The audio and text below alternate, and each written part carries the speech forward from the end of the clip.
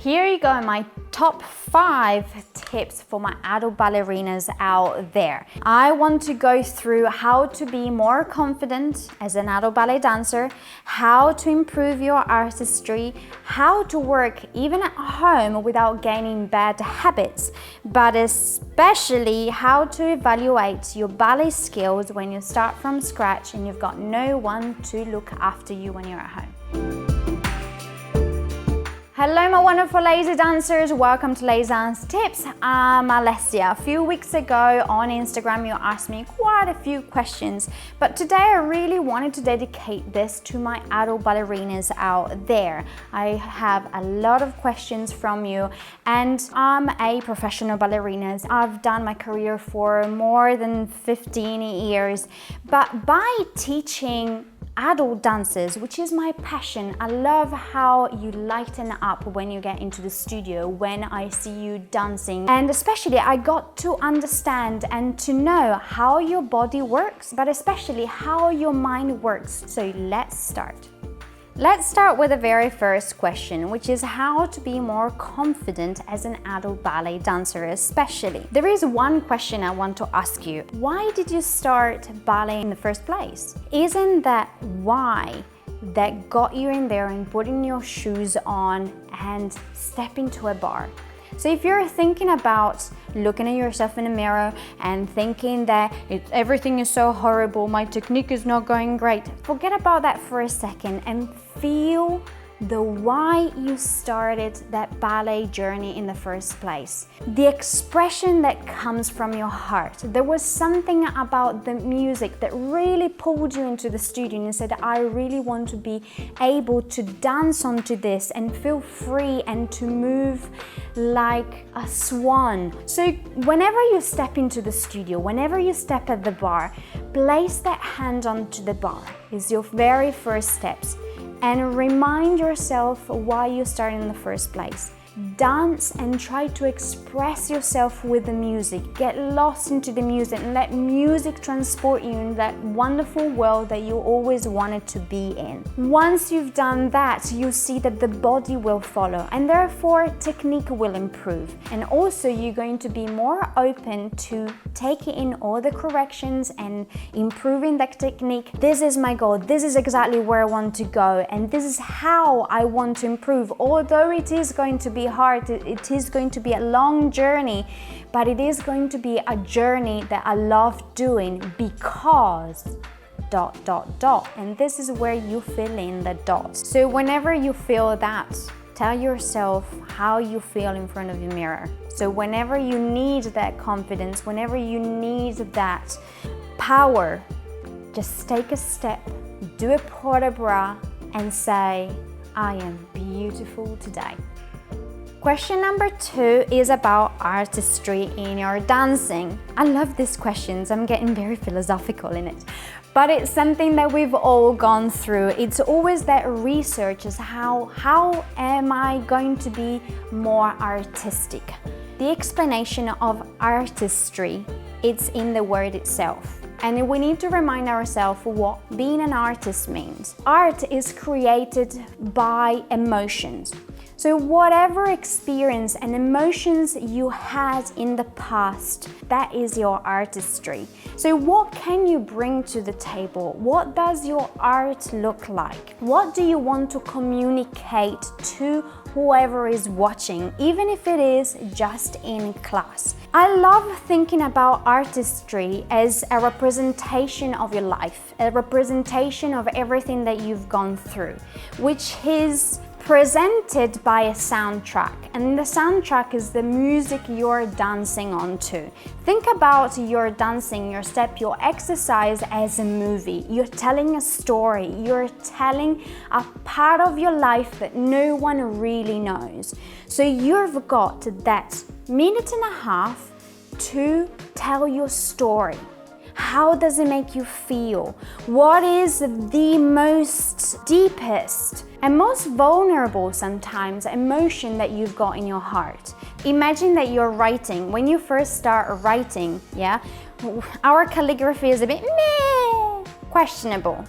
But then the more you practice, the more it becomes yours, the more it becomes fluid. Some people have that beautiful rounded way of writing. Some other is a bit sharper. Some others is long and it takes two of the lines on the paper. Depending on your writing, it tells something about you.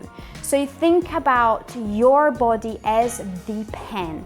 Your stage in your studio is your paper. You're telling your story the way you want it, because at the end of the day, you are the artist that is putting together that story, practicing and trying to figure out the best way to deliver that story to an audience.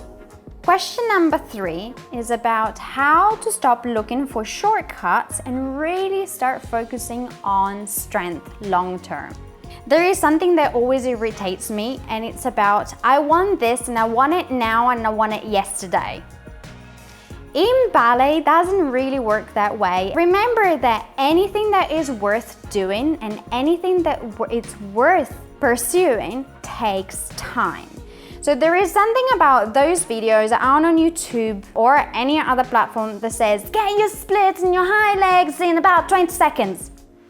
There is absolutely no chance that it is going to happen. What we need to focus on is about the long term. How do we do that? There are specific things that you can do, like writing down your goals. But the goals need to be very specific. They need to come from the heart. When I started my career, I obviously said, I want to be a ballet dancer. But going to class every day and achieving little steps or bigger steps day after day, a photo shoot or a show or being able to go on point, or those were my milestones in order for me to say, I'm getting closer, I'm getting closer, I'm getting closer. And I promise you that when you achieve that goal, a new goal will start. And that will have to give you that fire to keep on going every single day more. My number 4 question is, how do I evaluate my ballet skills? I love these times that we are living now. We've got so much technology around that we can use it to help us out. So for example, we've got those beautiful high quality cameras on our phones that we can just place it down and say, let's start from practicing this little glissage jeté, for example. You video it on the first day, and then maybe the ballet teacher or your ballet teacher gives you a specific corrections that you need to implement. So you implement it. So how do you evaluate? Stand in front of that video camera and practice over and over again. And then after a week, you record yourself again and you see how much you've progressed. So use technology to your advantage. There is something very important about corrections whenever you are in a room, or even if it's virtual, even if it is in a video. If someone gives you a corrections, whether it is for the whole class or individual to you, you need to implement it. Because ballet at the end of the day is a self-discipline. We were never born as the finished product. We never stop learning new things, and even for professionals, even for advanced dancers, there is always something new about our body, about our mind, about our way of moving that we discover. And having that wide and broad and open mind and to be able to take in everything that you need in order for us to move forward. This brings me to the last question, and it is about improving ballet skills without gaining bad habits. If your teacher gives you specific corrections, do it, especially when it's hard, because we are very good at making it easier for ourselves. That can become a bad habit. So if at the beginning a step, a position, a specific combination might be hard, there is a reason.